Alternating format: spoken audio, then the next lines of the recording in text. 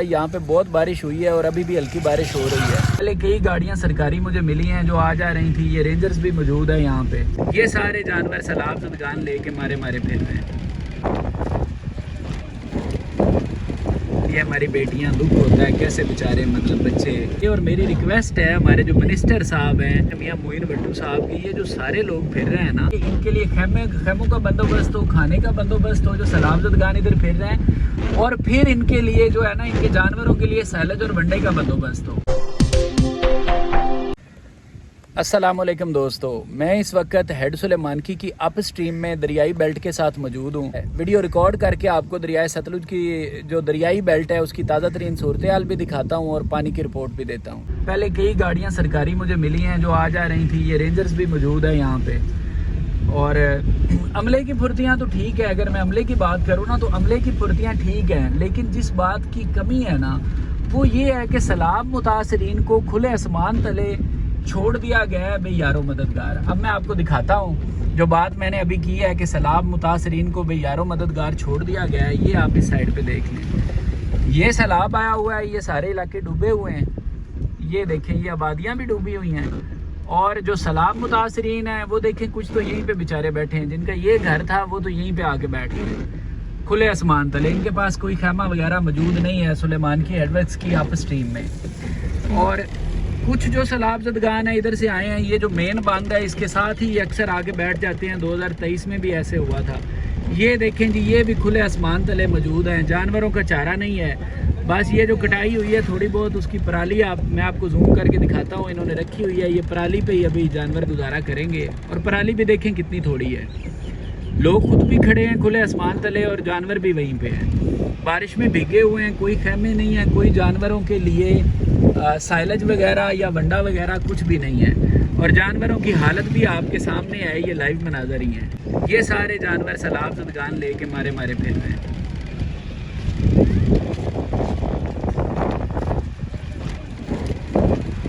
ये हमारी बेटियां, दुख होता है कैसे बेचारे मतलब बच्चे।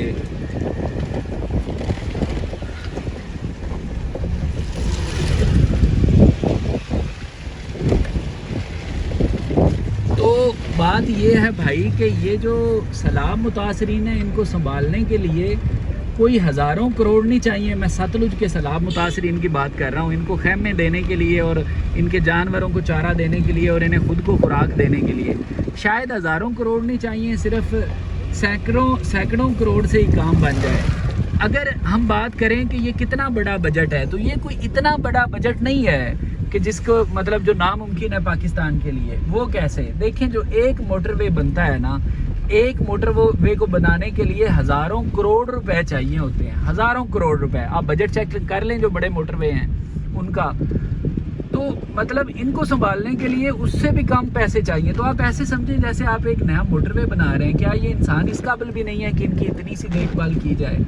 ये जो बेचारे फिर रहे हैं ये जानवर लेके, ये सामने आपके जो नज़र आ रहे हैं, ये और मेरी रिक्वेस्ट है हमारे जो मिनिस्टर साहब हैं, वो पानियों के मिनिस्टर भी हैं, वाटर रिसोर्सेज के मिनिस्टर हैं मियां मोइन भट्टू साहब की। ये जो सारे लोग फिर रहे हैं ना, आप अर्जेंटली बात कीजिए वज़ीर आज़म से और वज़ीर आला से और इनके लिए खैमों का बंदोबस्त करें। अगर कुछ दोस्त कहें कि शायद पार्क में खैमे लगे हुए हैं, हेड सुलेमानकी वाले पार्क में, तो भाई वो जो खैमे हैं वो कितने को खैमे हैं आप देखें, सैलाब ज़दगान कितने हैं और खैमे कितने हैं। तो कोशिश करनी चाहिए मियां मोइन भट्टू को, फ़ौरन बात करें कि इनके लिए खैमों का बंदोबस्त हो, खाने का बंदोबस्त हो, जो सैलाब ज़दगान इधर फिर रहे हैं, और फिर इनके लिए जो है ना, इनके जानवरों के लिए सैलज और वनडे का बंदोबस्त हो।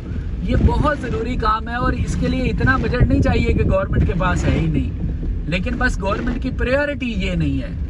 अगर ये प्रायोरिटी गवर्नमेंट की बन जाए तो ये कोई नामुमकिनात में से बात नहीं है। बाकी मैं आगे जाके मज़ीद भी आपको जानवर दिखाता हूँ। अभी आप अगर नोट करने वाली बात देखें तो आप देखें कि ये जो साथ वाला पानी है ये साफ़ है, लेकिन जो अगला पानी आपको नज़र आ रहा है वो गदला है, ये वाला पानी।